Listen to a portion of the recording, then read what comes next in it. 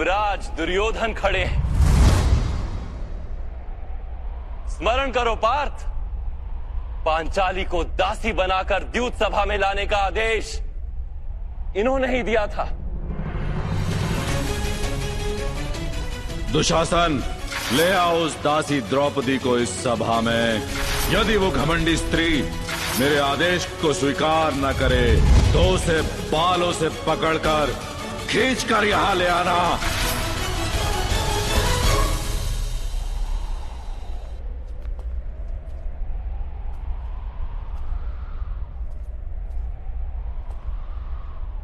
यहां देखो पार्थ,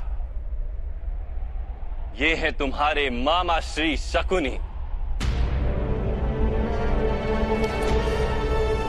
आज तो इनके हाथों में तलवार है, किंतु छल से संहार करने का प्रयास करते हैं सदा।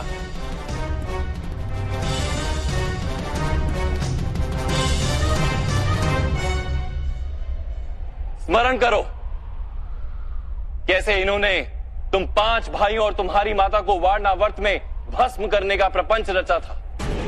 वारणावर्त के भवन में हमारे 5 शत्रु एकत्रित होंगे। उसी भवन में तुम्हारा युवराज सुयज्ञ होगा।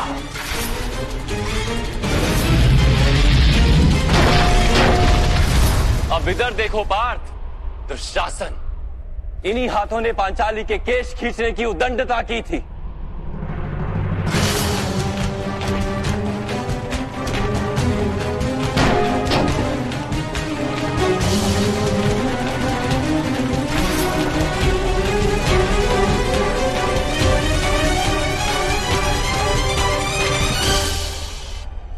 महामहिम और गुरु द्रोण को देखो, मौन रहकर पांचाली का अपमान देखते रहे।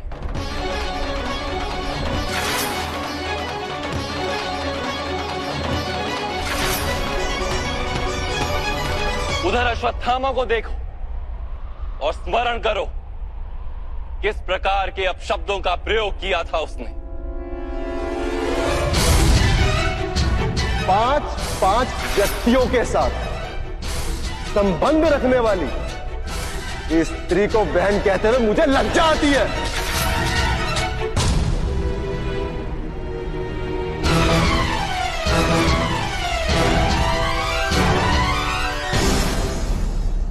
क्या अब तुम्हारा हृदय प्रतिशोध से नहीं चलता पार्थ? क्या न्याय मांगने के लिए अब तुम्हारा मन नहीं तड़पता? क्या अब शस्त्र उठाने का संकल्प नहीं जन्म लेता हृदय में? क्या अब युद्ध अनिवार्य नहीं लगता?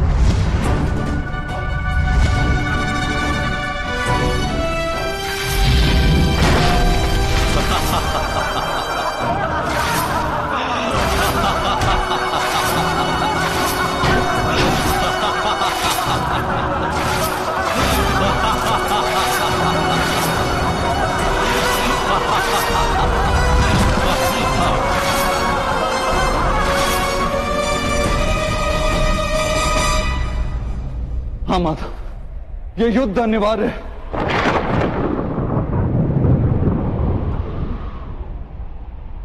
अब ये युद्ध तुम्हारे लिए अनिवार्य है। तो महामहिम को एक बार पुनः देखो पार्थ और स्मरण करो कैसे उन्होंने तुम्हें प्रेम और रक्षण दिया पद पद पर। स्वयं बलिदान देकर तुम्हें और तुम्हारे परिवार को अधिकार दिलाने का प्रयत्न किया। जब तक तुम राजा बनकर हस्तिनापुर के सिंहासन पर बैठे हो, मैं प्रतिपल जीऊंगा तुम्हारा रक्षण करने के लिए। किंतु आज पांडु पुत्रों को भी सुख का एक अवसर दे दो पुत्र।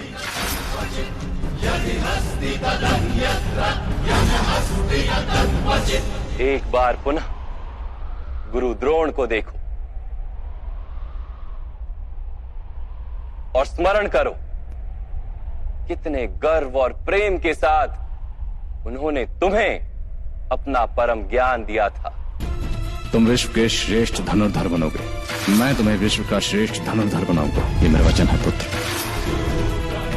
तुम्हें विश्व का सबसे बड़ा धनुर्धारी बनाने के लिए उन्होंने अपने माथे पर पाप का भार उठाया था। स्मरण करो पार्थ। तुम मुझे गुरु दक्षिणा के रूप में अपने दाहिने हाथ का अंगूठा दोगे।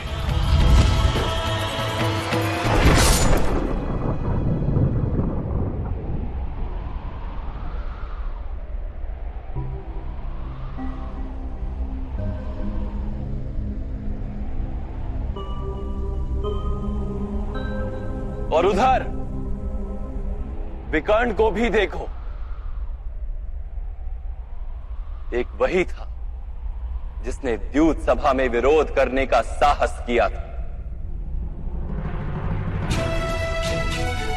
युद्ध में यदि कोई राजा हारता है तो उसे शस्त्र छोड़ने ही पड़ते हैं, लेकिन किसी स्त्री को ऐसे निर्वस्त्र नहीं किया जाता। योद्धा का निशस्त्र होना और स्त्री के निर्वस्त्र होने में भेद है ज्येष्ठ। और द्रुपद कुमारी कुरुवंश की कुलवधू है, ये सत्य है। क्या ये सब वध करने योग्य है पार्थ?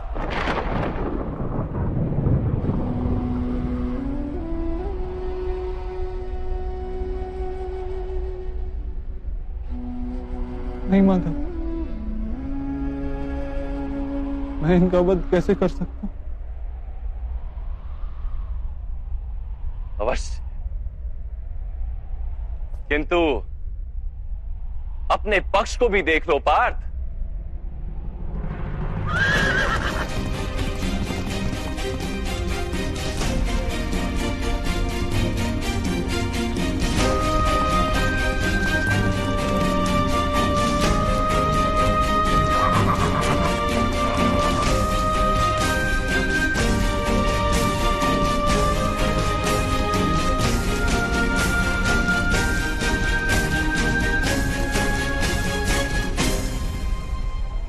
अब अपने पक्ष को भी देखो पार्थ।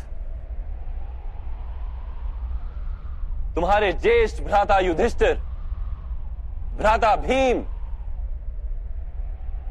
तुम्हारे अनुजों को देखो, तुम्हारी संतानें, तुम्हारे भतीजों को देखो। इनमें से अनेक की मृत्यु हो जाएगी इस युद्ध में।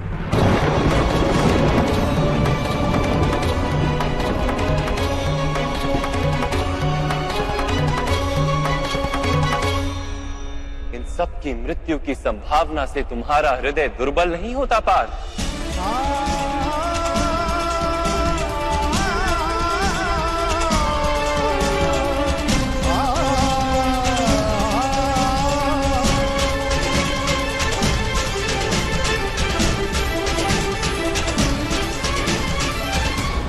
अब ये भी विचार करो कि भ्राता दुर्योधन का क्या दोष यदि उन्हें राज्य की लालसा, उनकी माता पहले गर्भवती बनी थी, ये सत्य है।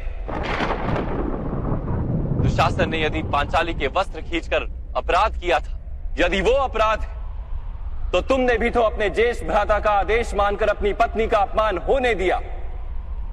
क्या वो अपराध नहीं था? महामहिम ने अपने प्रण को अधिक महत्वपूर्ण माना और अपनी कुलवधू की लाज को कम महत्व का जाना। क्या वो अधर्म नहीं? और तुम्हारे ज्येष्ठ भ्राता युधिष्ठिर ने अपने माने हुए धर्म का वहन करने के लिए द्यूत सभा में भाग लिया। क्या वो अधर्म नहीं था?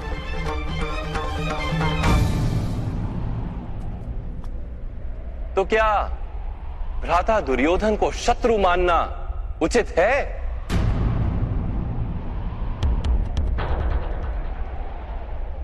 क्या तुम्हें अपने पक्ष में धर्म दिखाई देता है पार्थ?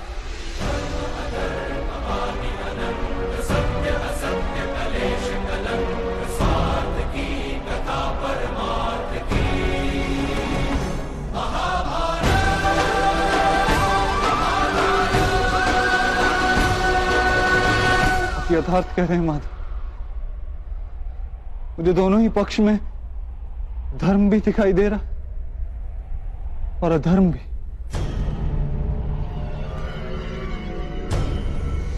अर्थात तुम ना युद्ध का तात्पर्य जान पाए और ना ही धर्म का स्वरूप जान पाए पार्थ।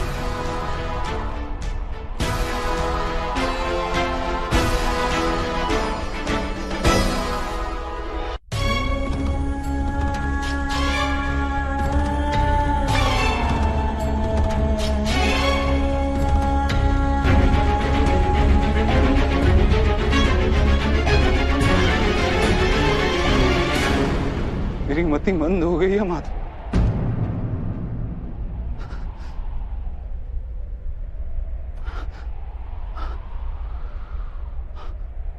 मेरे अंग अंग कांप रहे हैं। मेरे हाथों में शस्त्र उठाने की शक्ति नहीं।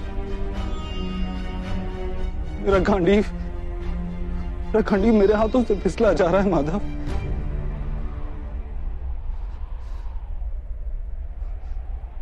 मुझे केवल भयानक विनाश दिखाई दे रहा है, केवल भयानक विनाश।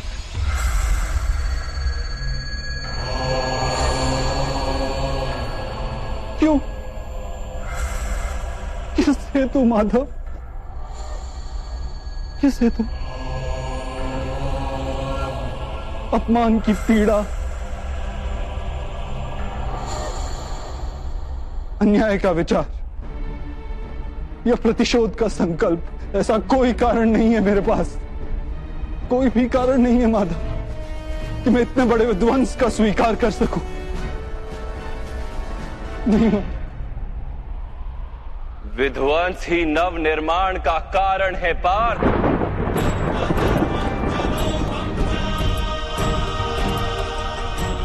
पौधे की एक डाली काटी जाए तो 2 डालियां जन्म लेती। तुम आज के विध्वंस से क्यों भयभीत होते? कल पुनः नवनिर्माण होगा, क्या ये सत्य नहीं जानते?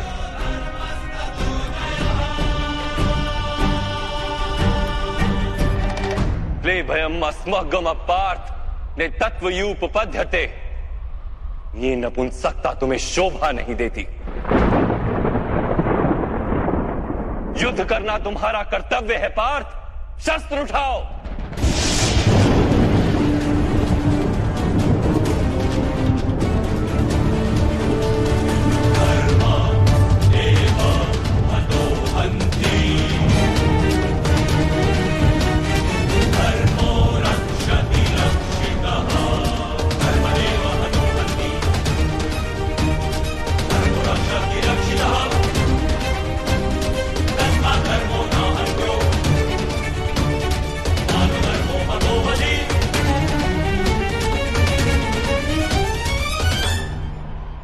किस प्रकार शस्त्र उठाऊं माधव?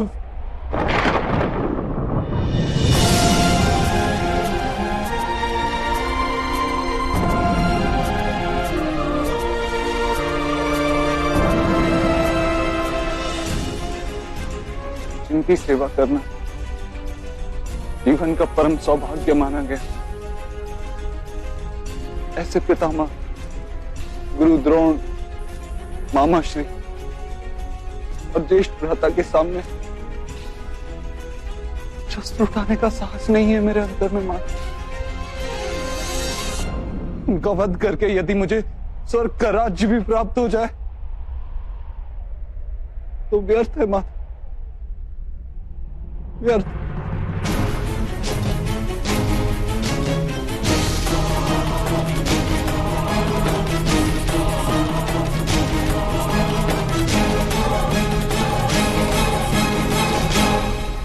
माता, मनुष्य जीता है अपने भविष्य को सोच के। मैं इन सैनिकों को भी देखता हूँ माता, इन लाखों सैनिकों को देखता हूँ। मुझे ध्यान आता है कि युद्ध के उपरांत लाखों स्त्रियां विधवा हों, लाखों बच्चे अनाथ होंगे।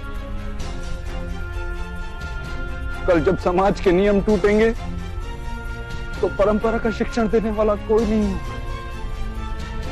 वेदों का ज्ञान लुप्त हो जाएगा माता। गुरुकुल नष्ट हो जाएगा, आर्यवर्त की सुरक्षा नष्ट हो जाएगी, सब नष्ट हो जाएगा माधव, सब नष्ट हो जाएगा।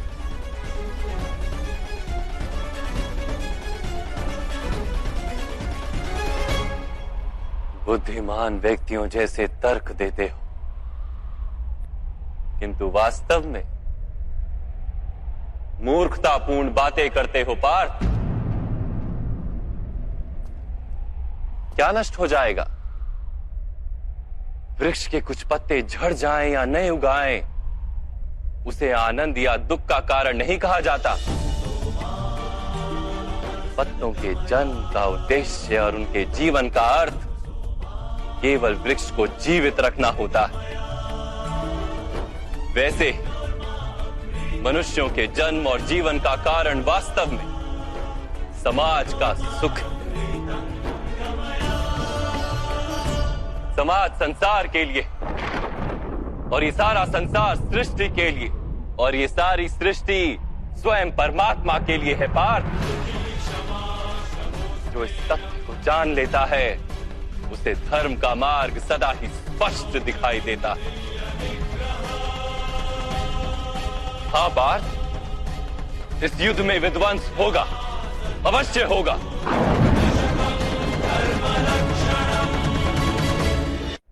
हाँ पार्थ, इस युद्ध में विध्वंस होगा, अवश्य होगा।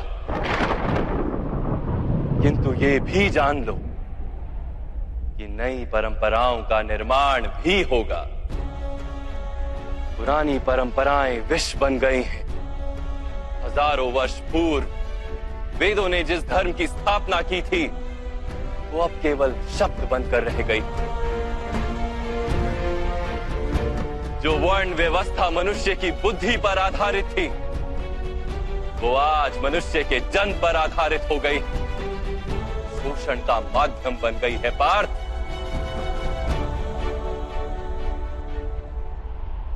पुरानी व्यवस्थाएं टूटेंगी, नई व्यवस्था का जन्म होगा। पुराना धर्म नया रूप लेकर प्रकट होगा। जिस प्रकार वर्षा ऋतु से पूर्व बादलों से छाया आकाश भी मैला दिखाई देता है और धूल से घिरी मिट्टी भी मैली दिखाई देती है, वैसी ही स्थिति है आज। और वर्षा के पश्चात आकाश और पृथ्वी धुलकर स्वच्छ हो जाते हैं। वैसे इस युद्ध के पश्चात समाज और संसार धुलकर स्वच्छ हो जाएंगे पार्थ।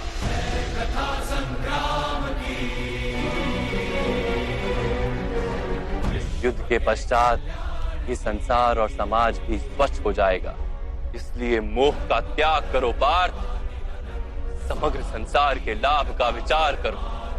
शस्त्र उठाओ और युद्ध करो, शस्त्र उठाओ और युद्ध करो, शस्त्र उठाओ और युद्ध करो।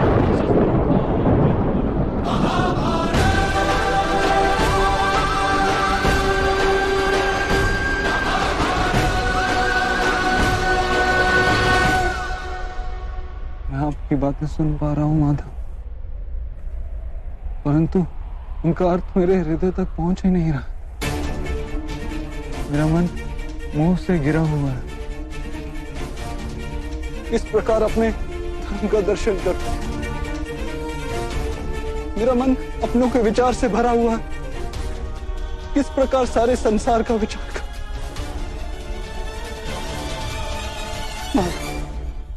आपने कहा था कि आप मेरे रथ को उचित दिशा में ले चलेंगे।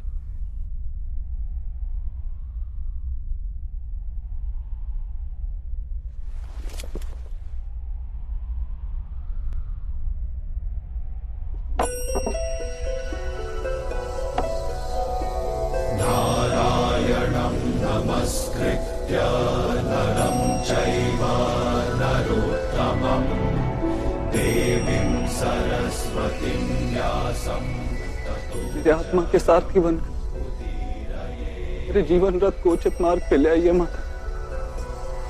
नारायणं नमस्कृत्य नरं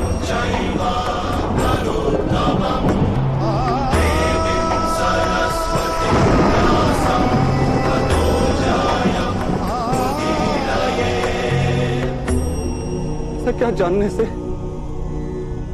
मैं अपनी निर्बलता का त्याग कर पाऊंगा।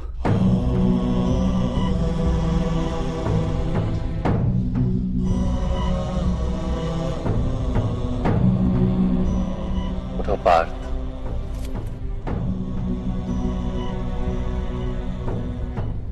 सुनो पार्थ, जीवन का रहस्य जान, संसार के वास्तविक रूप को समझो। गंगा के प्रवाह में मुट्ठी डालकर निकाली जाए तो कुछ प्राप्त नहीं होता, किंतु उस हथेली की अंजलि बनाकर गंगा के प्रवाह में डाली जाए तो गंगा जल मुख तक पहुंच पाता है।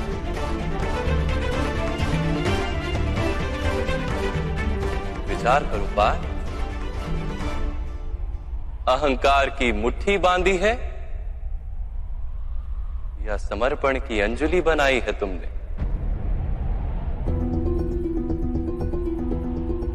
इस ज्ञान को ग्रहण कर पाओगे?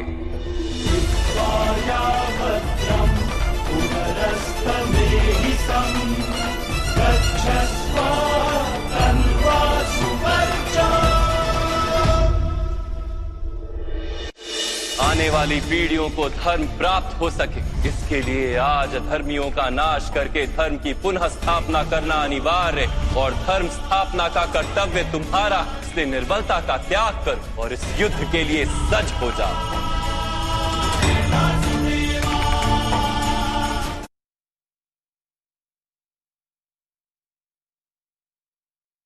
अहंकार की मुट्ठी बांधी है या समर्पण की अंजलि बनाई है तुमने? इस ज्ञान को ग्रहण कर पाओगे?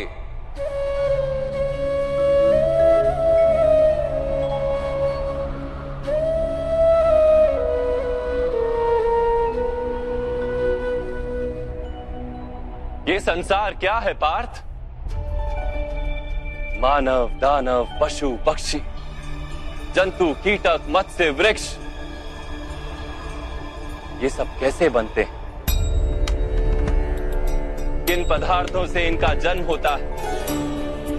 कैसे चलते हैं, कैसे जीते हैं? मृत्यु कैसे होती है इनकी? और मृत्यु के पश्चात क्या होता है?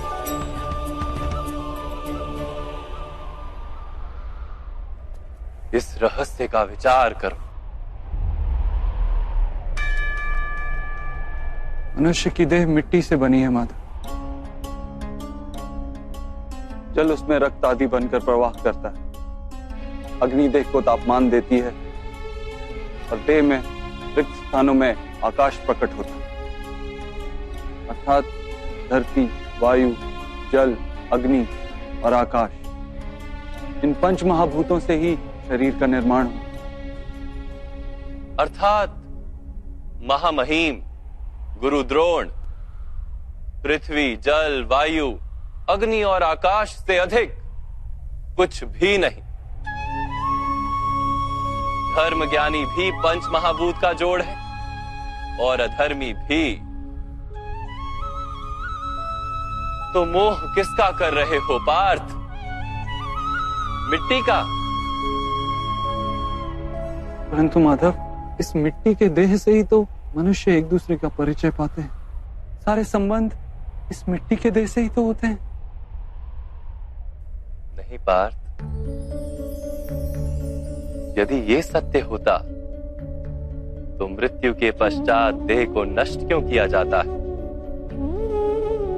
वास्तव में ना मनुष्य का परिचय उसकी देह से है और ना ही संबंधों का आधार उसकी देह से। मनुष्य का स्वभाव, उसके बर्ताव और उसके कार्य उसका परिचय। ये स्वभाव, बर्ताव और कार्य कैसे बनते हैं, इसे समझो पार्थ।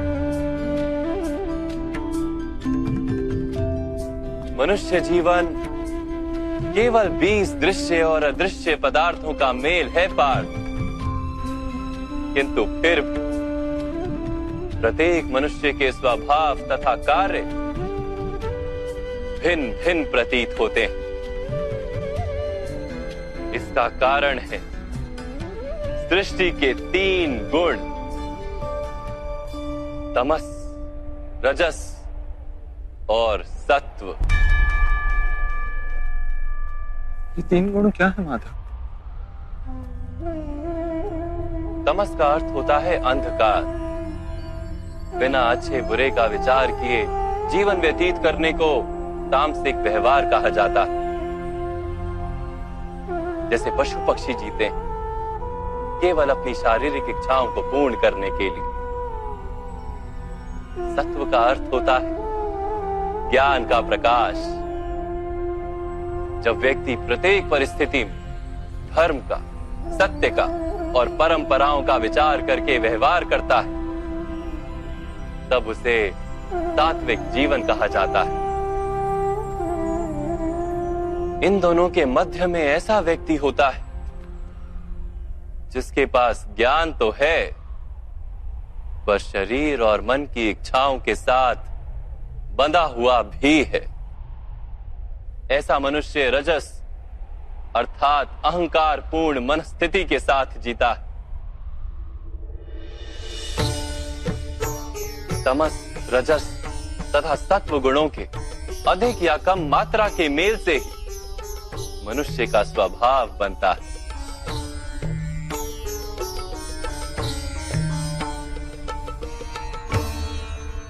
सामने देखो पार्थ,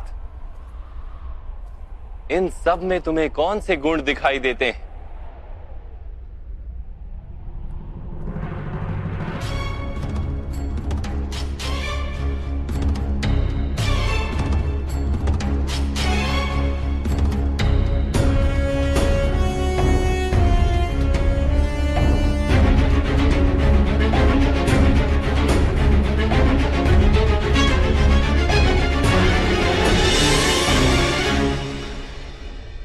युवराज दुर्योधन धर्म जानते हैं परंतु वहन नहीं करते। उनके जीवन का केंद्र अहंकार है, अर्थात उनमें तमस कम है, रजस अधिक है और सत्वगुण पूर्णता नहीं।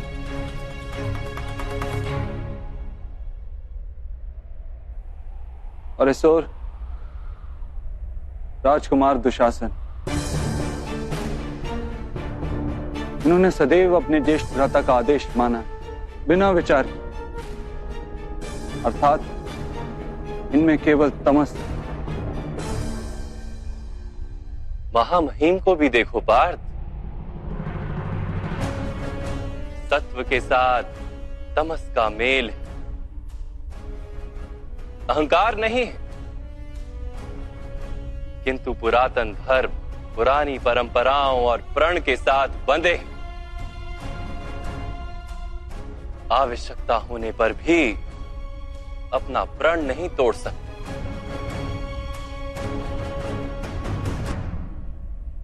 गुरु द्रोण को देखो, ज्ञान और अहंकार दोनों ही हैं। ज्ञान तो मनुष्य को मुक्ति दिलाता है, किंतु इनका अहंकार इन्हें मुक्त नहीं होने देता।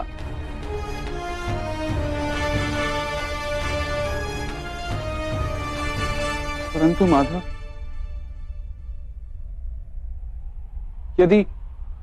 यदि मनुष्य का स्वभाव इन 3 गुणों का मेल है, तो फिर मनुष्य का व्यवहार पहले से ही निश्चित है। सिंह हिरण को खाएगा ही और हिरण सिंह से भयभीत ही होगा। तो फिर धर्म की प्रशंसा क्यों? अपराध का दंड क्यों? उसका क्या तात्पर्य है?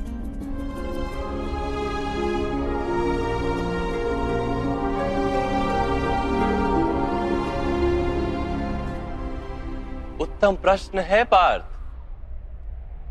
किंतु पहले मनुष्य क्या है ये तो जान लो।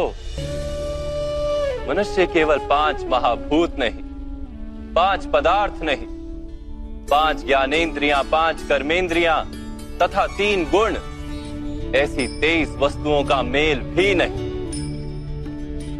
मनुष्य को चलने फिरने तथा कार्य करने हेतु शक्ति की आवश्यकता होती है और उस शक्ति को चेतना कहते हैं। तो क्या माधव मनुष्य इसकी चेतना है? नहीं पार्थ, मनुष्य की चेतना के साथ उन 23 वस्तुओं के मेल का नाम प्रकृति है। 24 वस्तुओं से बने मनुष्य नामक यंत्र में वास करता है पुरुष अर्थात परमात्मा का अंश। उसे आत्मा कहा गया। जब प्रकृति और पुरुष का मेल होता है, अर्थात जब परमात्मा का अंश आत्मा बनकर देह में वास करता है, तब मनुष्य जीवित होता है। यह आत्मा क्या है माधव, और इसे जानने का क्या उपाय? मनुष्य जैसे रथ का उपयोग करता है, वैसे ही आत्मा शरीर नाम के इस यंत्र का उपयोग करती है। शरीर के माध्यम से शरीर के सुख दुख का उपभोग करती है, किंतु आत्मा शरीर नहीं पार्थ। शरीर का नाश किया जा सकता है, किंतु आत्मा का नाश नहीं किया जा सकता। नैनं छिन्दन्ति शस्त्राणि नैनं दहति पावका न चैनं क्लेदयन्त्यापो न शोष्यति मारुता। आत्मा ना शस्त्रों से छेदी जा सकती है और ना ही अग्नि से जलाई जा सकती है। ना जल उसे निर्बल कर सकता है और ना ही पवन उसे सुखा सकती है। आत्मा शरीर में रहते हुए भी अमर है। न हन्यते हन्यमाने शरीरे। पार्थ, शरीर की हत्या की जा सकती है, किंतु आत्मा की हत्या नहीं की जा सकती। आत्मा तो सर्वव्यापी है, अचल है, स्थिर है, सनातन है। पुराना वस्त्र त्याग कर जैसे मनुष्य नया वस्त्र धारण करता है, वैसे ही आत्मा पुराना शरीर छोड़कर बार बार नया शरीर धारण करती है। परंतु माधव, मैं तो जगत का अनुभव अपने शरीर के माध्यम से ही करता हूं। स्वयं को देह न जानकर मैं आत्मा कैसे जान सकता हूं? स्वयं को आत्मा के रूप में जानना असंभव भी नहीं पार्थ। अंध भी जीते हैं, गूंगे भी जीते हैं, जिनके पास हाथ पैर नहीं होते वो भी जीते हैं। स्पष्ट कि शरीर मनुष्य नहीं, जिसकी चेतना चली जाती है, जिसे मूर्छा आ जाती है, वो भी जीवित रहता है। इसलिए स्पष्ट है कि मनुष्य का चेतन तत्व वो भी शरीर नहीं। इसी प्रकार जो व्यक्ति अपने भीतर खोज करता है, मैं इंद्रियां नहीं, शरीर नहीं, भावनाएं नहीं, विचार नहीं, ज्ञान भी मैं नहीं, जो ये समझता जाता है, वो अंत में स्वयं को आत्मा के रूप में जान ही लेता है।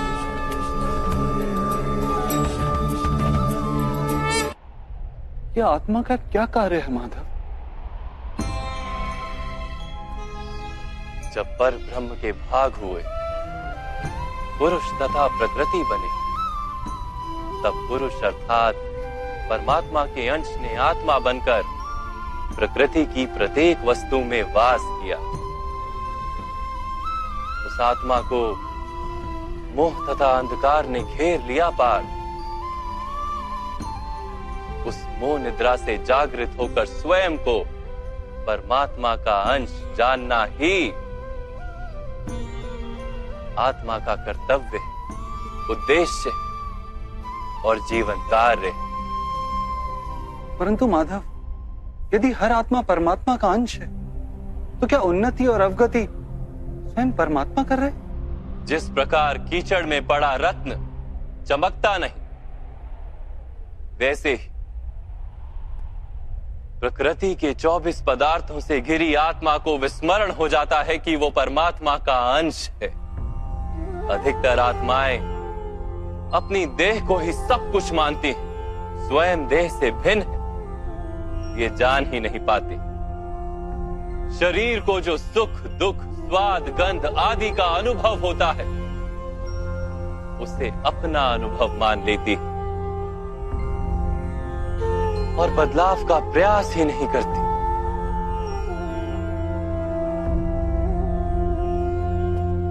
जो आत्माएं बदलाव का प्रयत्न नहीं करती,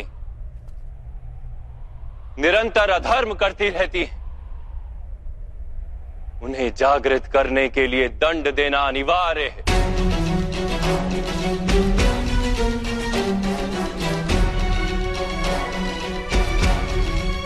तुम भी ये जान लो पार्थ कि तुम शरीर नहीं, केवल एक आत्मा हो। इस रणभूमि में दिखाई देने वाला प्रत्येक योद्धा वो नहीं जो तुम उन्हें मानते हो। कुछ समय के लिए इन सब ने शरीर में वास किया, इनके शरीर मरेंगे किंतु ये सब अमर, वो पुनः नया शरीर धारण करेंगे। जब तक स्वयं को शुद्धात्मा के रूप में जान नहीं लेंगे, जब तक अधर्म का त्याग करके धर्म में दृढ़ नहीं होंगे, तब तक ये जन्म लेते और मरते रहेंगे। यही ब्रह्म विद्या का प्रथम पाठ है पार्थ। जो जन्मा है वो अवश्य मरेगा और जो मरता है वो अवश्य फिर से जन्म लेगा। इस महाज्ञान को सांख्य योग कहते हैं।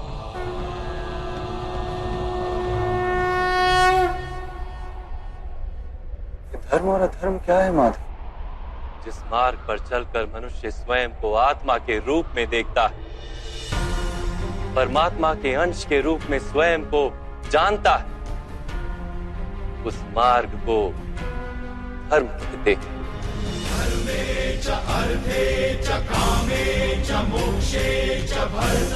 जब मनुष्य स्वयं को परमात्मा के अंश के रूप में जान लेता है, तब उसे ये अनुभूति होती है कि ये सृष्टि ही परमात्मा है और ये परमात्मा ही सृष्टि है। सृष्टि और परमात्मा में कोई भेद नहीं।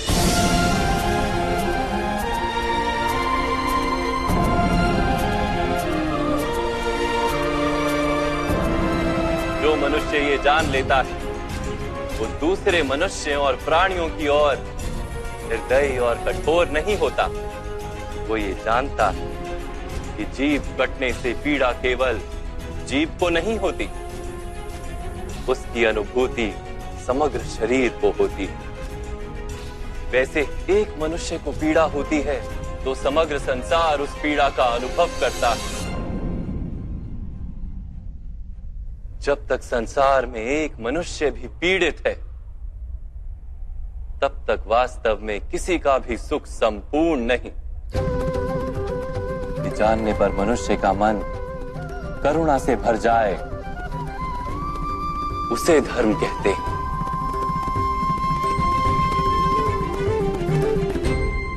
जब किसी पर तमस गुण छाया होता है तो वो दूसरों के प्रति कठोर, निर्दयी और स्वार्थी हो जाता है।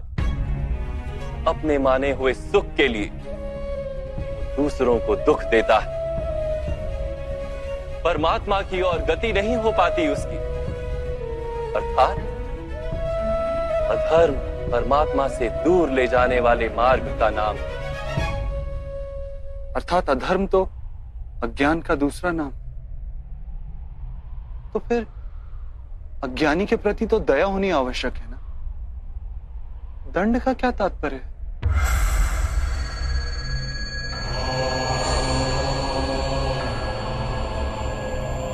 अज्ञानी जब ज्ञान का मूल्य जानने को सजना, ज्ञान पर दृष्टि डालने को भी सजना, तब दंड ही दया है।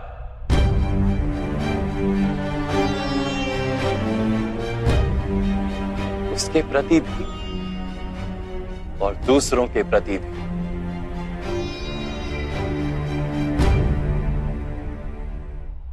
सृष्टि की गति सदा ही परमात्मा की ओर हो, यह अनिवार्य। किंतु कभी कभी ऐसी स्थिति उत्पन्न हो जाती कि अज्ञान, मोह और अधर्म बढ़ जाता है। संसार से धर्म लुप्त हो जाने का भय उत्पन्न हो जाता है। संसार से जब धर्म लुप्त हो जाता है, करुणा भी नष्ट हो जाती है और सत्य भी नष्ट हो जाता है। आने वाली पीढ़ियों को धर्म प्राप्त हो सके, इसके लिए आज अधर्मियों का नाश करके धर्म की पुनः स्थापना करना अनिवार्य है।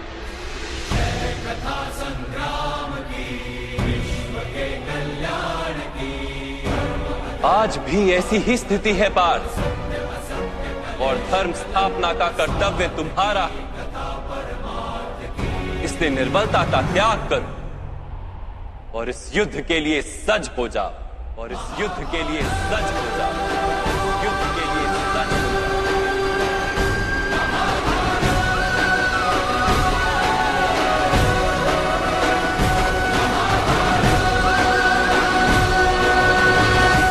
परंतु मेरे हाथों हत्याएं होंगी माधव, मेरे कारण किसी के प्राण जाएंगे तो मेरे अंतर की करुणा का नाश नहीं हो जाएगा? और यदि धर्म का आधार करुणा है तो क्या मेरी आत्मा धर्मी नहीं हो जाएगी?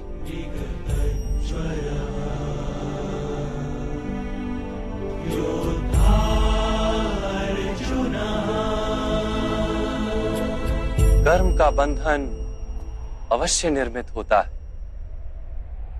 किंतु कार्य का बंधन निर्मित नहीं होता पार्थ। तुम्हें कर्म और कार्य के बीच क्या भेद है, ये जानना आवश्यक है। सभी कर्म कार्य, किंतु सभी कार्य कर्म नहीं।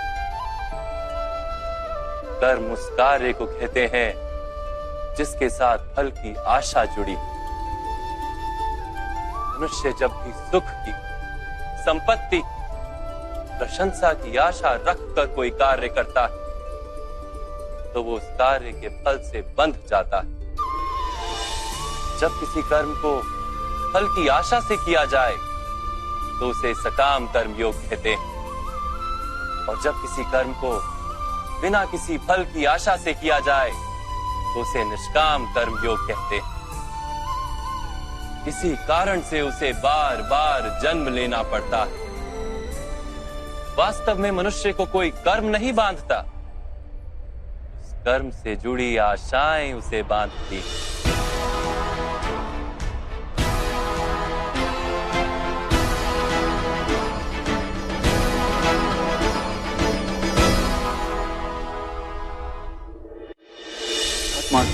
क्या आप भी परमात्मा हैं? हाँ पार्थ, मेरे प्रति समर्पण ही परमात्मा के प्रति समर्पण है। सारे जगत का त्याग करके मेरी शरण में आ जाओ पार्थ।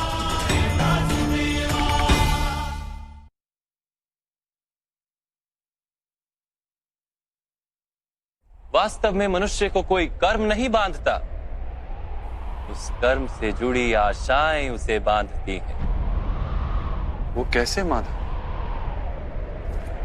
यदि इस युद्ध में तुम्हें विजय होने की आशा है तो पराजित होने पर तुम्हें भीषण दुख होगा, और वो दुख तुमसे कोई अन्य कार्य करवाएगा जिसके लिए तुम्हें दूसरा जन्म लेना पड़ेगा।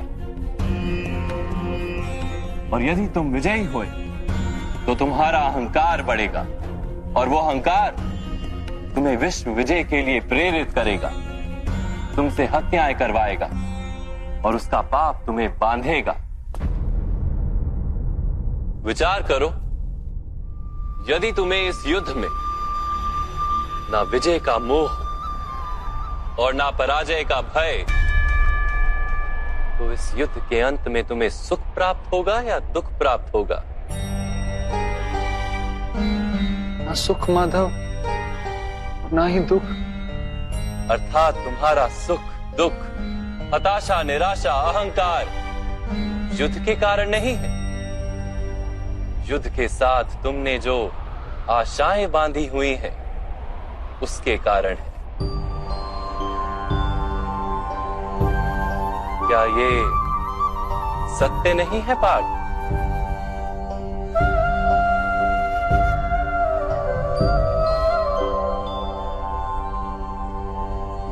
सुख दुखे समे कृत्वा लाभा लाभो जया जयो ततो युद्धाय युज्यस्व नैवं पाप मवाप्स्यसि। अर्थात सुख दुख को समान मानकर लाभ हानि जय पराजय का विचार किए बिना यदि तुम युद्ध करोगे कौन्तेय, तो तुम पाप के भागी नहीं बनोगे। इसी को कर्म योग कहते हैं। जो सांख्य का ज्ञान प्राप्त कर लेता है, वो ये जान लेता है कि वो शरीर नहीं, केवल एक आत्मा है। शरीर के भोग और अनुभव तो केवल मृत्यु तक है, अर्थात वास्तविक नहीं, केवल माया है। उसके लिए कर्मयोगी बनना सरल हो जाता है। परंतु माधव, यदि कार्य से बंधन निश्चित है, तो क्या संसार का त्याग करके संन्यास लेना उचित नहीं? इसी विचार का परिणाम है कि आज ये युद्ध हो रहा है पार्थ।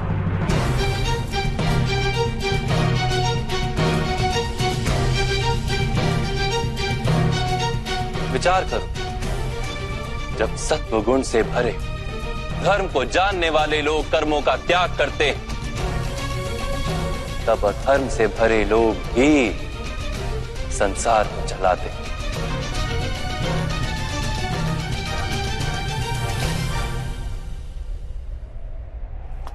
यदि महामहिम ने संसार का त्याग ना किया होता, तो आज अधर्म इतना बढ़ता ही नहीं।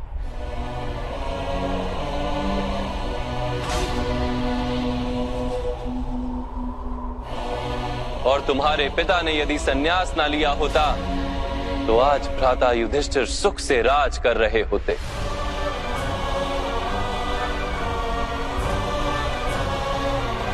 और अपनी प्रजा को न्याय और धर्म का ज्ञान दे रहे होते। किंतु दुखदायक बात तो यह है पार्थ, कि सत्वगुण से भरे मनुष्य ही संसार को लाभ दे सकते हैं, किंतु वो ही संन्यास का विचार करते हैं। जैसे जल तो भाप बनकर उड़ जाता है, और कीचड़ कीचड़ वहीं पड़ा रहता है, वैसे सत्वगुणी सज्जन लोग तो संसार का त्याग कर देते, और तमस से भरे अधर्मी लोग संसार में कार्य करते हैं। इसी कारण से संसार में पाप और अधर्म बढ़ता है।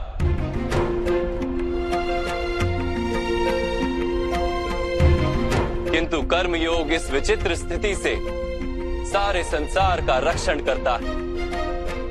कर्मयोगी फल की आशा का त्याग करता है, किंतु कर्मों का त्याग नहीं करता।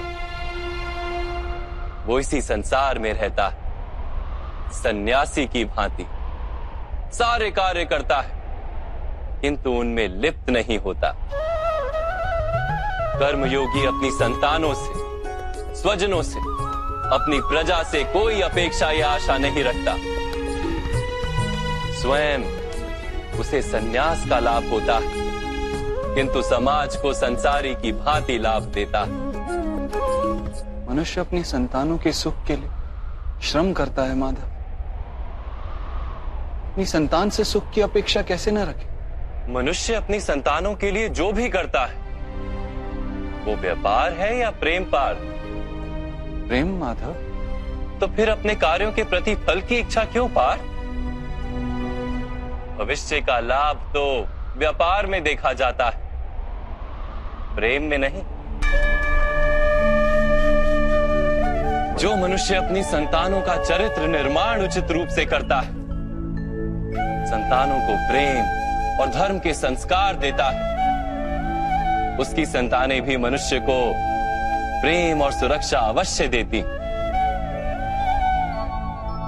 संतानों के कर्म, स्वजनों के व्यवहार उनके कर्म हैं पार्थ। और जब उनके कर्मों पर हमारा कोई अधिकार नहीं होता, तो उनसे आशाएं और अपेक्षाएं रखने का क्या प्रयोजन। यदि गहन विचार करोगे पार्थ, तो शीघ्र ही ये जान लोगे कि जीवन में ऐसा कोई कार्य नहीं है जिसके साथ आशाएं और अपेक्षाएं जोड़ना अनिवार्य हो।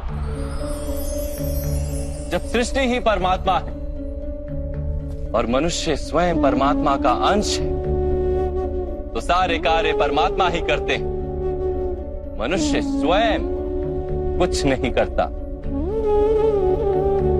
यही कर्मयोग का मूल सिद्धांत है पार्थ।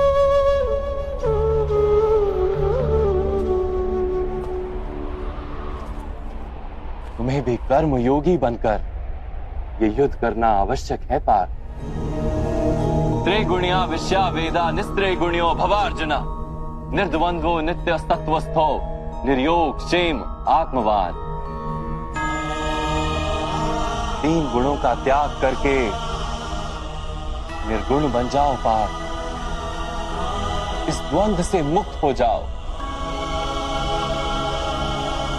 सदा सत्व अर्थात परमात्मा में बुद्धि लगाकर कर्तव्य का वहन करते रहो।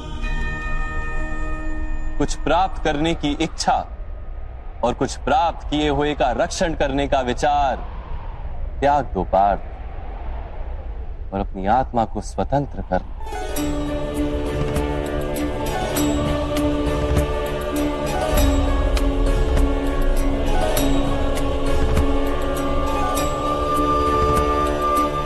स्मरण रहे पार्थ, कर्मण्येवाधिकारस्ते मा फलेषु कदाचन मा कर्म फल हेतुर्भु मा ते संगोस्त्व कर्मणि। तुम्हारा अधिकार तो केवल कर्म करने का है, फल तो ईश्वर के हाथ में। इसलिए ना कर्म से भागना उचित है और ना ही कर्म के फल की आशा रखना उचित है।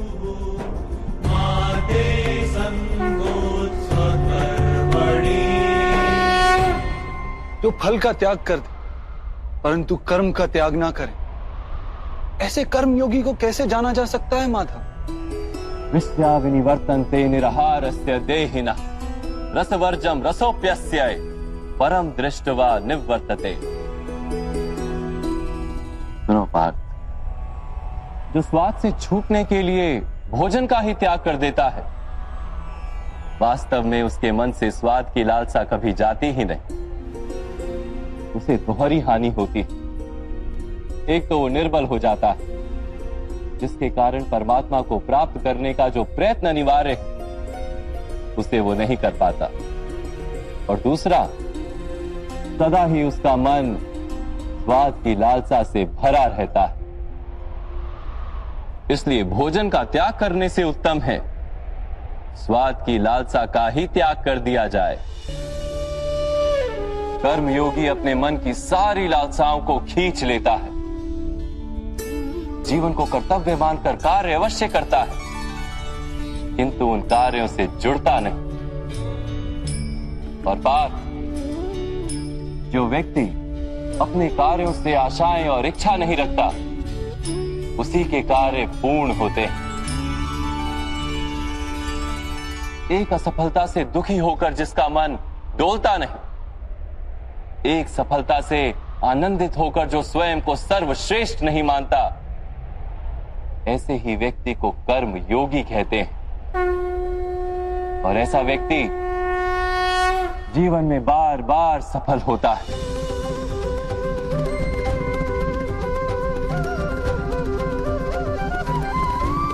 ध्यायतो विषयान पुंसः संगस्तेषु पजायते संगात संजायते कामा कामात् क्रोधो भिजायते क्रोधात् भवति सम्मोह सम्मोहात् स्मृति विभ्रम स्मृति भृंशात बुद्धि नाशो बुद्धि नाशात प्रणश्यति। फल की आशा से कामना प्रकट होती है और कामना का तो स्वभाव है असंतुष्ट रहना। असंतोष से क्रोध उत्पन्न होता है और क्रोध से मोह जन्मता है। मोह के कारण व्यक्ति आचार और व्यवहार का ज्ञान ही भूल जाता है। ज्ञान के जाने से बुद्धि चली जाती है। अनुचित प्रकार के कार्य होने लगते हैं और समाज ऐसे व्यक्ति का शत्रु बन जाता है और अंत में ऐसे मनुष्य का पूर्णतः पतन हो जाता है।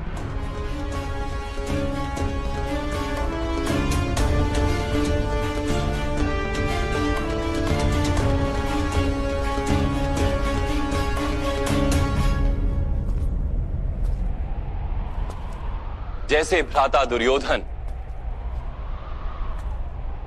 उनके सेनापति महामहिम उनके ही शत्रु हैं और तुम्हें विजय का आशीर्वाद दिया।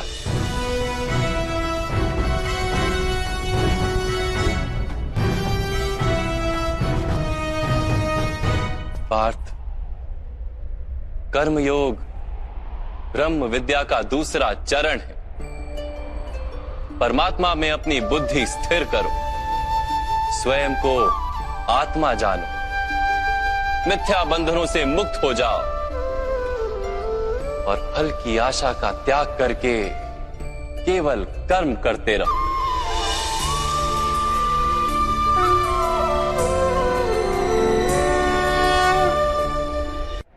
अपनी बुद्धि को परमात्मा में स्थिर करके कर्म योगी बनने का क्या मार्ग है माता?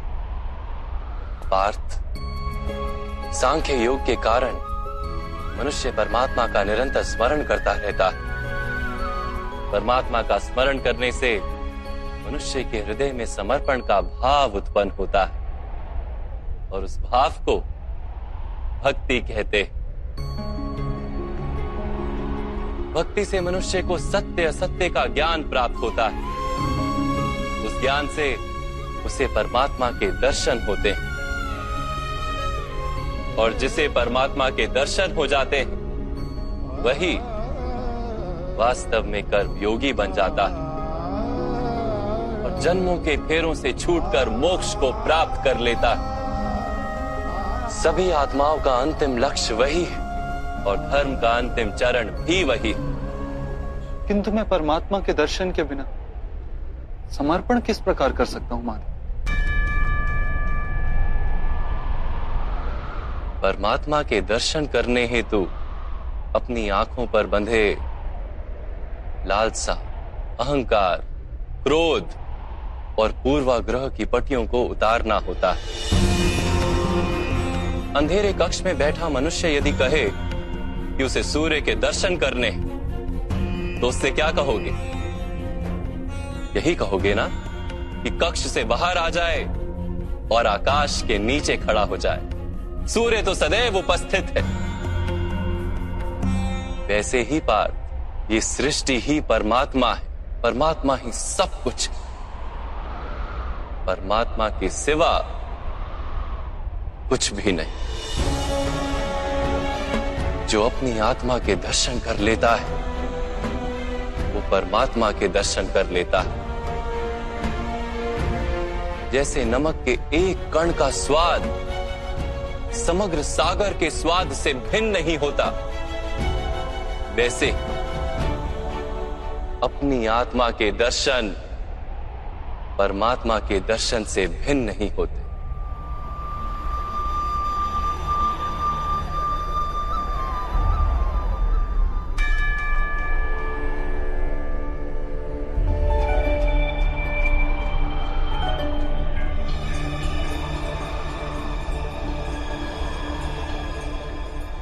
माधव, क्या आप भी परमात्मा हैं?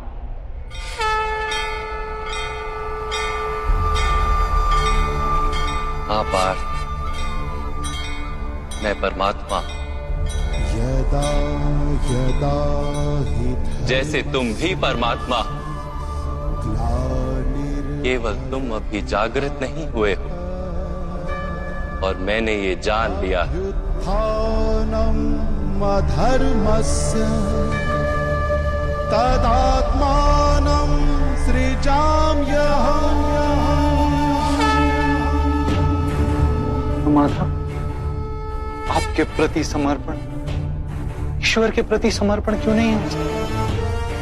अवश्य,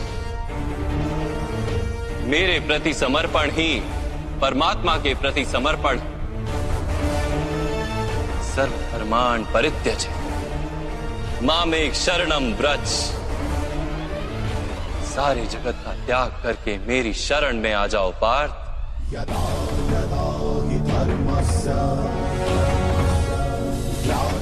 मैं ही संसार हूं, मैं संसार का प्रत्येक कण हूं, मैं ही सूर्य हूं और मैं ही चंद्र हूं, मैं ही नक्षत्र हूं और मैं ही सभी ग्रह हूं, मैं सूर्य से भी अधिक पुरातन हूं और किसी वृक्ष पर खिली कली से भी नया हूं, मैं ही सारे मनुष्य हूं, मैं ही स्वर्ग और नर्क को धारण करने वाली शक्ति हूं, मैं ही दुर्योधन हूं और मैं ही अर्जुन भी हूं।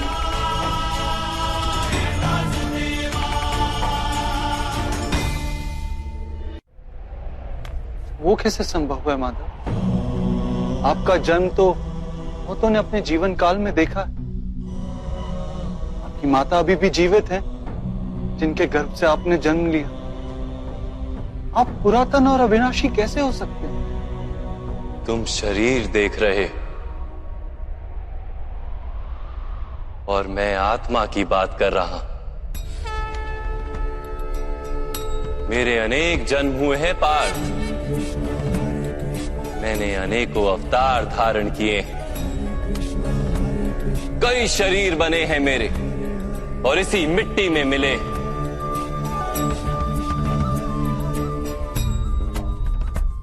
और आगे भी मैं बार बार जन्म लूंगा।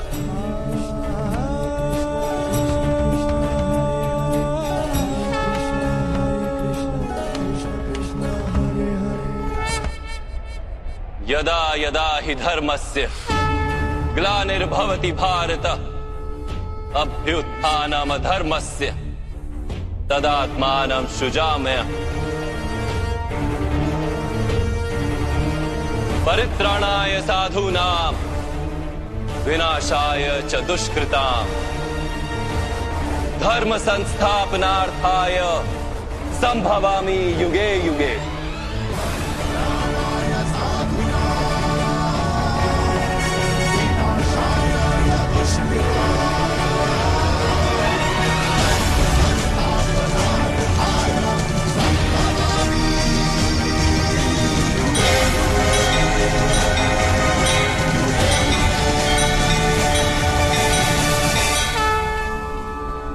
जब जब धर्म को हानि होती है, जब जब अधर्म में वृद्धि होती है, तब तब सत्पुरुषों के उद्धार के लिए, अधर्मियों के विनाश के लिए और धर्म की पुनः स्थापना के लिए मैं ही जन्म लेता हूं।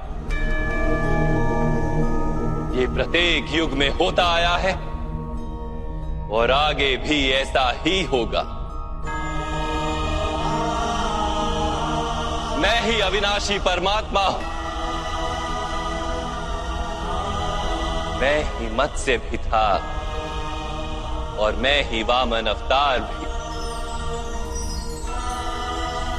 मैं ही परशुराम हूं और मैं ही रामचंद्र भी था। मैं ही ब्रह्मा विष्णु और महेश हूं और मैं ही सरस्वती काली और लक्ष्मी भी।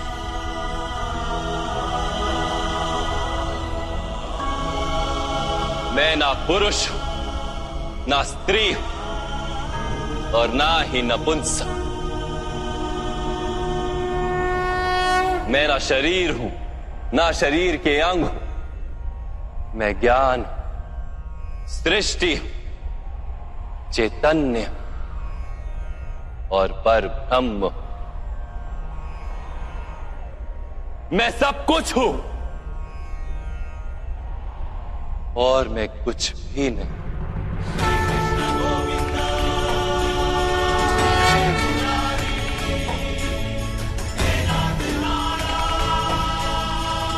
ऐसा प्रत्येक युग में हुआ है और आगे भी ऐसा ही होता रहेगा।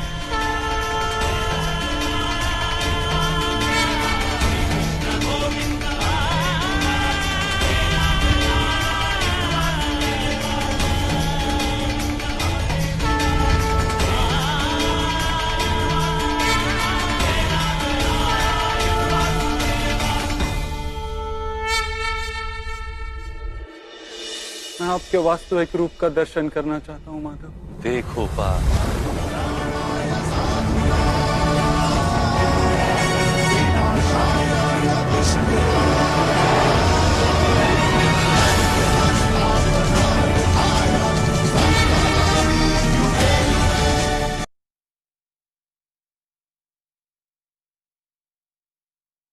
मैं कुछ भी नहीं हूं और मैं सब कुछ। ऐसा प्रत्येक युग में हुआ है और आगे भी ऐसा ही होता रहेगा।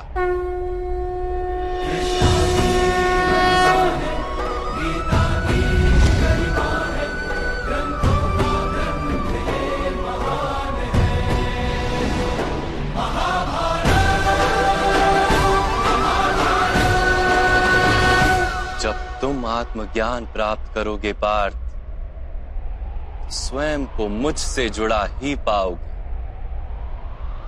तब तुम भी मेरी ही भांति स्वयं को परमात्मा के रूप में देखोगे। किंतु उस पद को प्राप्त करने हेतु मेरे प्रति संपूर्ण समर्पण अनिवार्य है। समर्पण क्या है माधव? समर्पण मन की ऐसी स्थिति का नाम जब मनुष्य अपने सारे संकल्पों का त्याग कर देता है, स्वयं से किसी प्रकार के निर्णय अथवा प्रण भी नहीं लेता। जिस प्रकार के कार्य उसे दिए जाते हैं उसी प्रकार के कार्य करता है। वास्तव में समर्पण का अर्थ होता है अपने आप, अपने मन को, बुद्धि को, ज्ञान को, इच्छा को, आशा को, अपनी भावनाओं को, अपना सब कुछ किसी को अर्पण कर देना। और ऐसे समर्पण को भक्ति कहते हैं।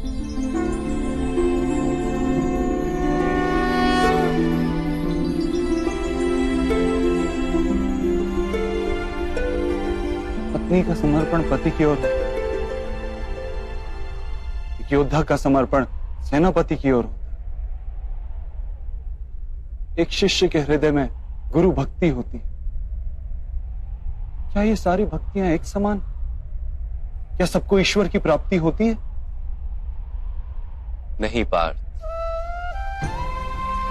मनुष्य जिसके प्रति समर्पित होता है उसी के रूप में ढलने लगता है। उसके मन में कोई संदेह, कोई प्रश्न जन्म नहीं लेता। किसी दुष्ट के प्रति समर्पण उस मनुष्य के कार्यों को दूषित कर देता है। अंगराज कर्ण ने धर्म को जानते हुए भी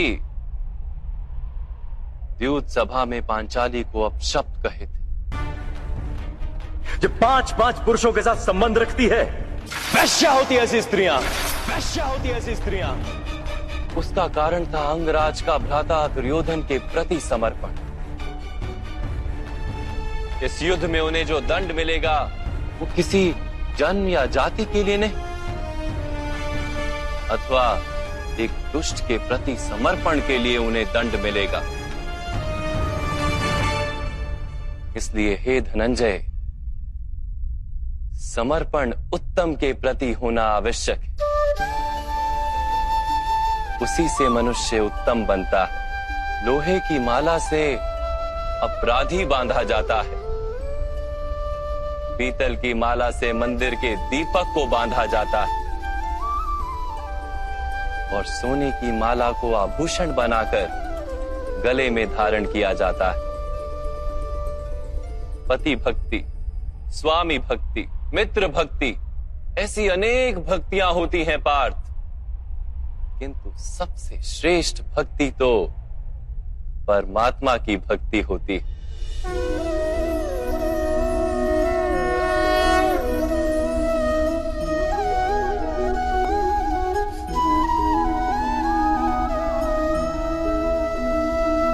किंतु परमात्मा की भक्ति का सांख्य अथवा कर्म योग से क्या संबंध है? सांख्य योग के कारण मनुष्य स्वयं को आत्मा के रूप में जानता है।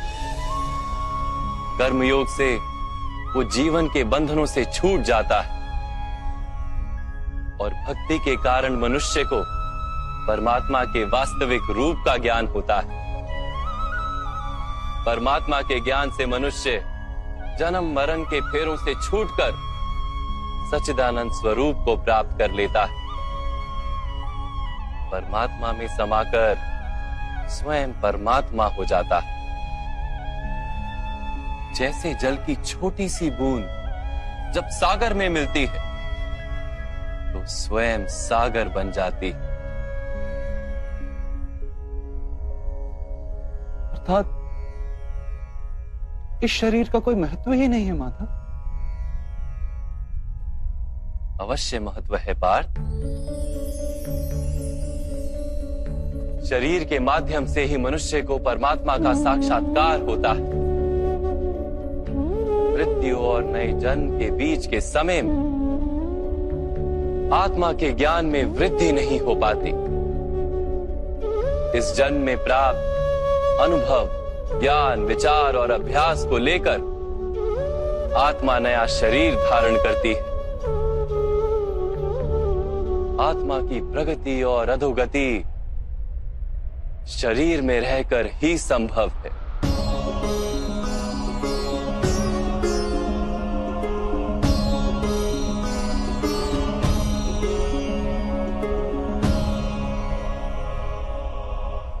परंतु माधव, यहां उपस्थित व्यक्तियों का वध करके क्या हम उनके उद्धार की संभावना को नष्ट नहीं कर देंगे?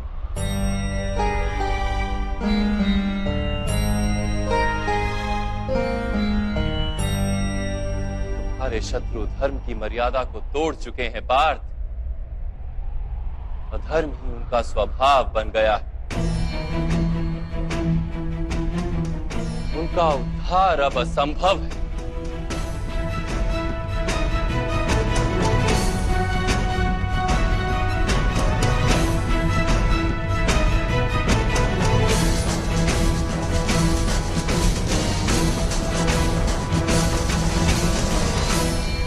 अपराधी को एक सीमा तक ही उद्धार का अवसर दिया जा सकता है। मैंने शिशुपाल के 99 अपराधों को क्षमा किया था, किंतु 100 अपराधों के पश्चात उसे दंड देना आवश्यक था। अपराधी को यदि अपराध करने दिया जाए तो उसका अधिक से अधिक पतन होता है।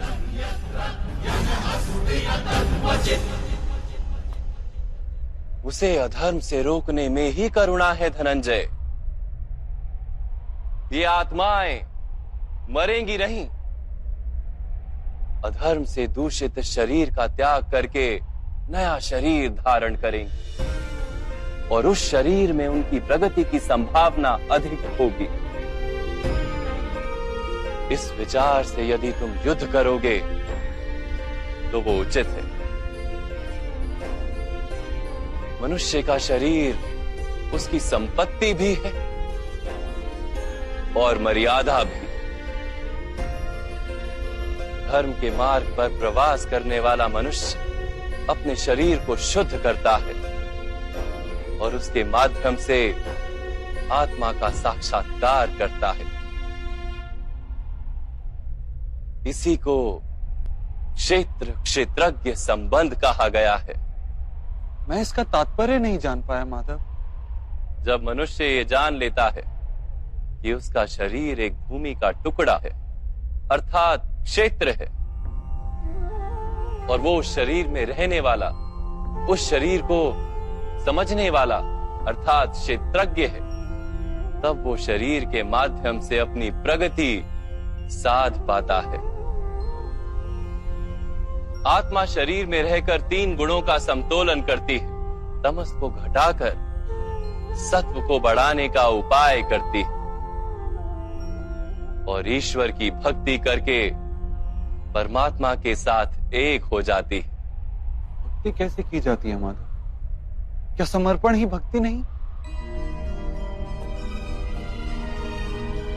नहीं पार्थ, समर्पण तो भक्ति का प्रथम चरण है।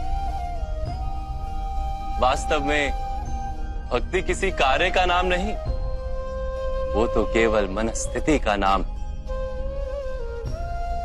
आवश्यक है कि मनुष्य जब तब यज्ञ याग यम नियम योग और स्वाध्याय के माध्यम से अपने अंतर को शुद्ध करे और परमात्मा के प्रति समर्पित रहे। मनुष्य अपने सारे कार्य, सभी कार्यों के फल, अपने जीवन का प्रत्येक श्वास परमात्मा को समर्पित करता रहे।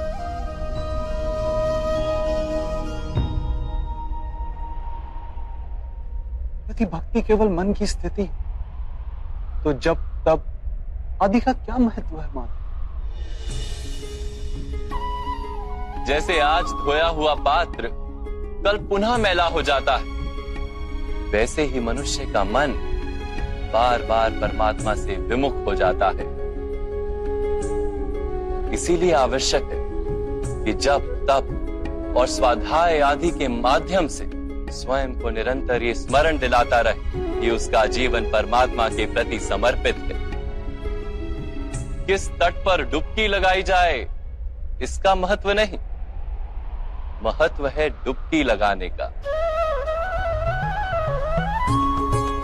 भक्ति योग का एक ही सार है पार्थ, कि मनुष्य परमात्मा को अपना जीवन अर्पण करके परमात्मा की भक्ति करता रहे और सत्व गुण से युक्त संपत्ति को संभाल कर रखे।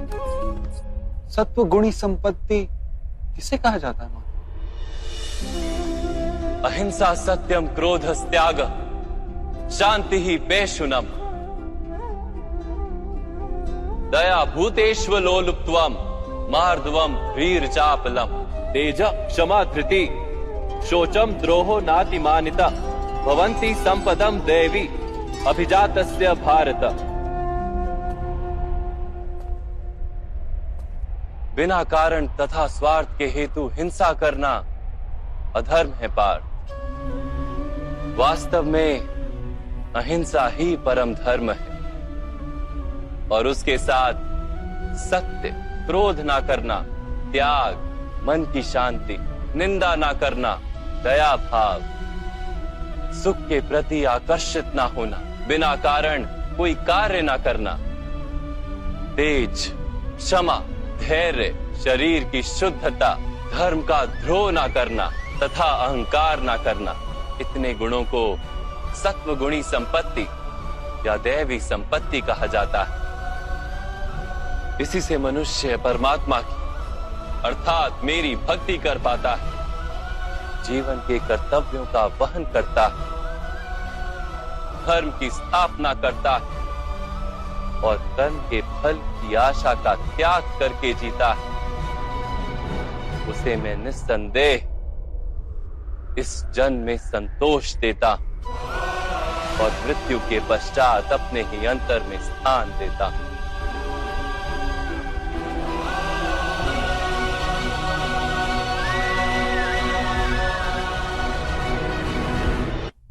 आपका रूप कैसा है माधव?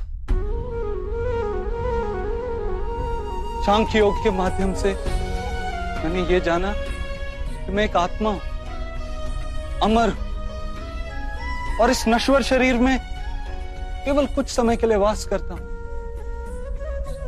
कर्मयोग के माध्यम से मैंने ये जाना कि जो फल की इच्छा का त्याग कर केवल कर्म करता है, उसे जीवन में शांति और सफलता प्राप्त होती। भक्ति योग के माध्यम से मैंने आपके प्रति समर्पण का महत्व जाना।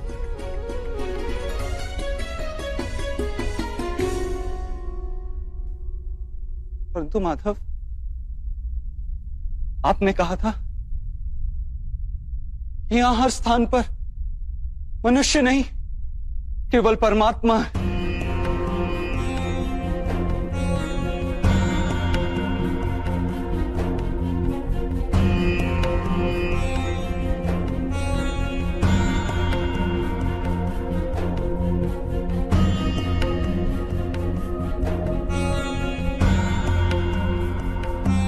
किंतु अब भी मुझे यहां केवल मनुष्य दिखाई दे रहे, केवल मनुष्य माधव।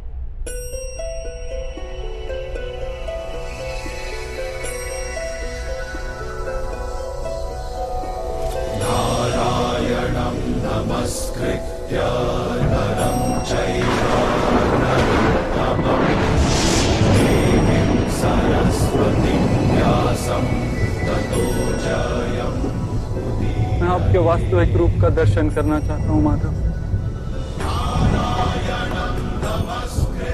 आपकी शक्ति, आपका ज्ञान, तेज और ऐश्वर्य से युक्त परमात्मा स्वरूप को प्रत्यक्ष देखना चाहता हूं माधव। मुझे अपने अविनाशी स्वरूप का दर्शन दीजिए माधव। मेरे सारे संदेहों को नष्ट कर दीजिए।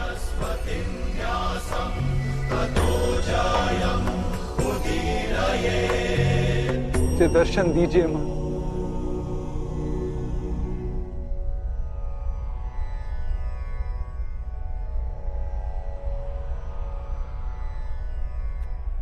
देखो पा,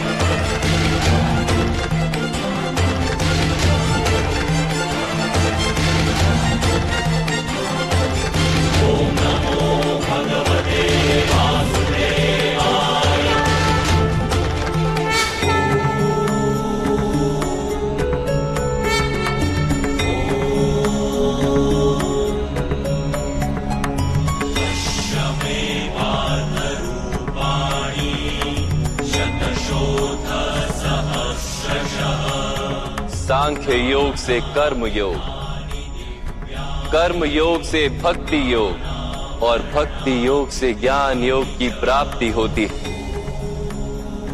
मेरे विश्व रूप का दर्शन करना ही वास्तविक ज्ञान है अर्जुन।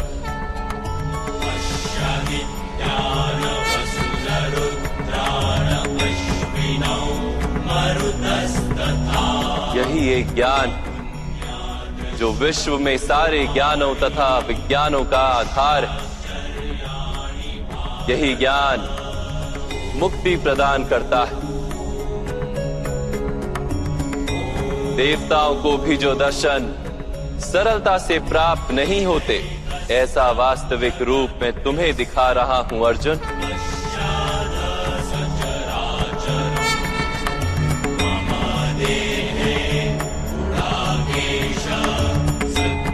मैं ही इस पृथ्वी के कण कण में वास करता हूं और ये पृथ्वी, सूर्य, चंद्र, नक्षत्र और तारा मंडल मेरे भीतर वास करते हैं।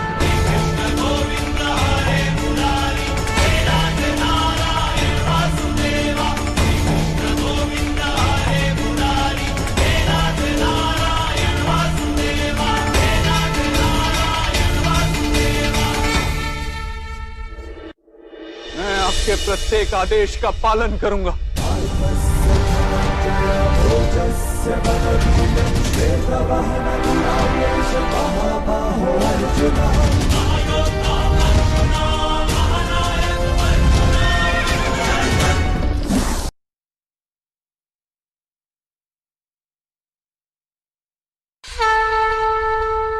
मैं ही सत्य हूं, मैं ही संपूर्ण हूं, मैं ही जीव और मैं ही शिव।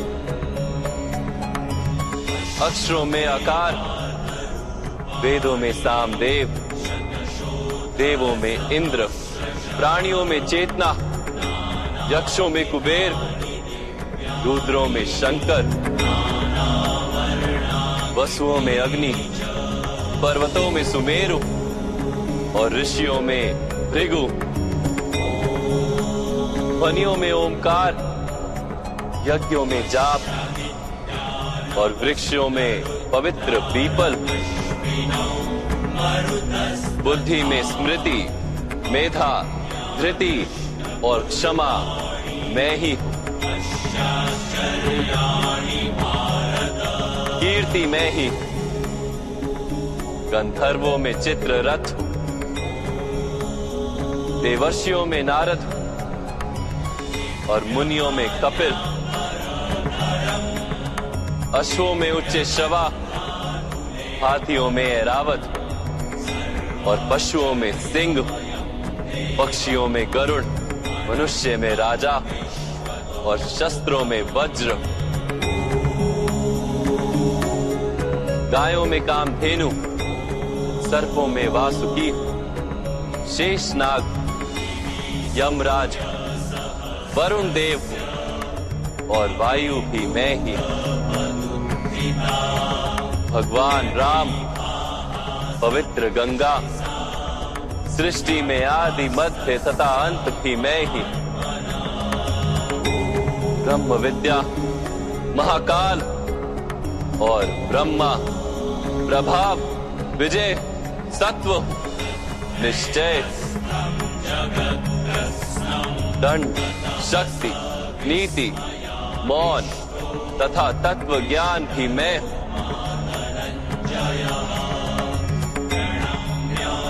वासुदेव, अर्जुन, वेद व्यास, ऐसा कुछ भी नहीं जो मैं नहीं। ऐसा कोई स्थल नहीं जहां मैं नहीं। मैं ही समय हूं और मैं ही जीवन और मृत्यु हूं अर्जुन। यहां उपस्थित सभी मनुष्यों की मृत्यु बनकर खड़ा हूं।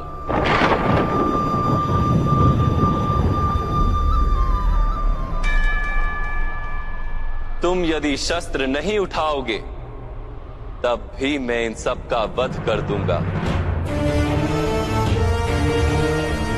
इसलिए मोह का त्याग करो और अपने कर्तव्य को देखो। धर्म का भार उठाओ, गांडीव उठाकर शरसंधान करो।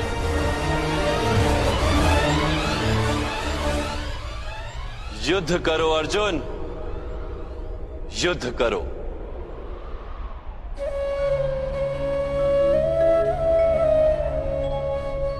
हे माधव, हे मधुसूदन, आज मेरे सारे संदेहों का नाश हो गया। कृपया अपने मनुष्य रूप में आ जाइए। मैं आपके प्रत्येक आदेश का पालन करूंगा। करिष्य वचनम तवा।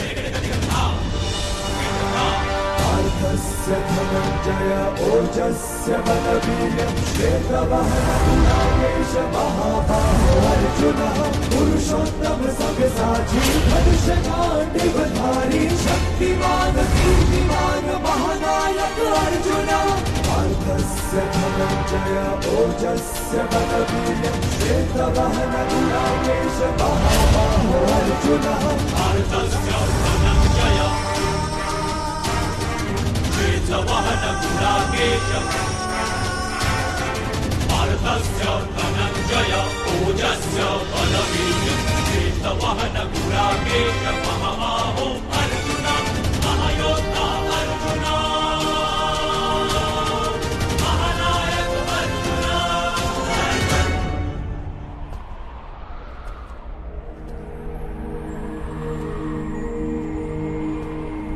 व्यर्थ चिंता है जीवन की, व्यर्थ है मृत्यु का भय। आत्म को ना मार पाते शस्त्र अग्नि असमय।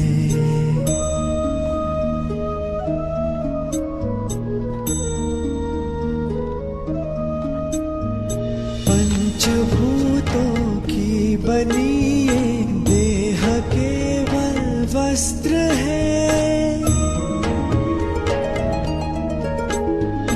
पंचभूतों की बनी ये देह केवल वस्त्र है। आत्मा का जो वास्तविक है घर कहीं अन्यत्र है।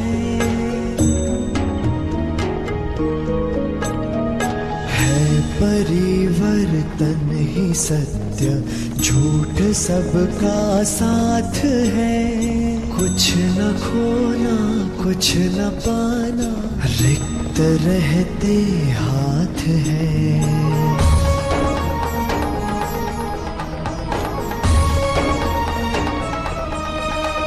ईश्वर स्वयं है सृष्टि सारी, कहाँ उसको खोजना।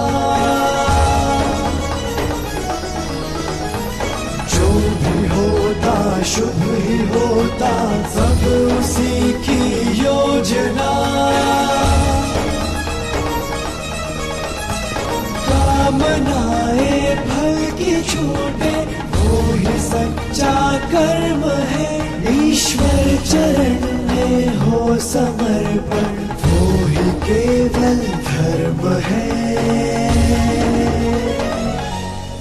व्यर्थ चिंता है जीवन की, व्यर्थ है मृत्यु का भय। आत्म को ना मार पार पाते शस्त्र अग्नि आ समय।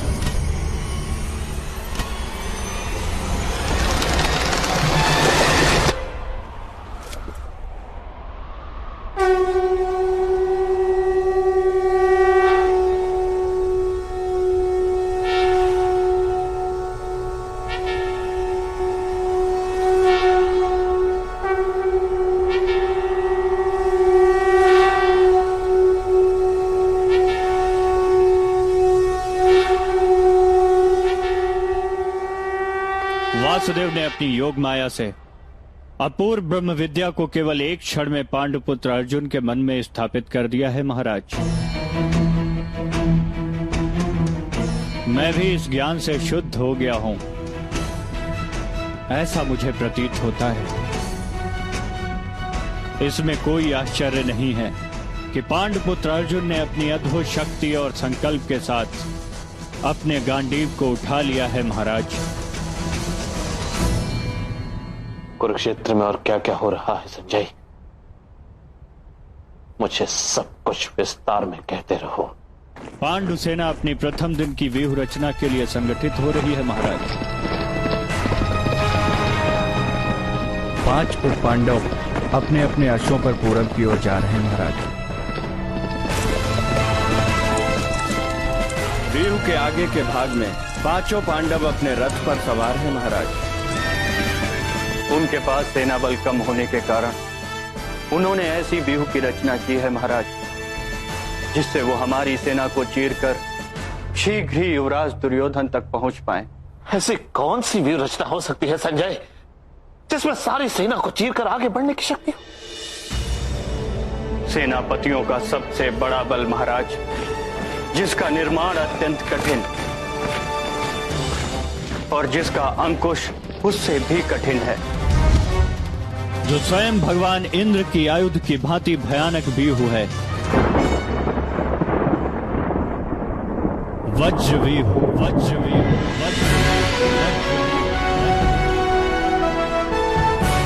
पांडवों ने वज्र व्यूह का निर्माण किया है पितामह। आप हमारे व्यूह बनाने का आदेश दीजिए सैनिकों को। इस समय कोई व्यूह रचना नहीं होगी युवराज, केवल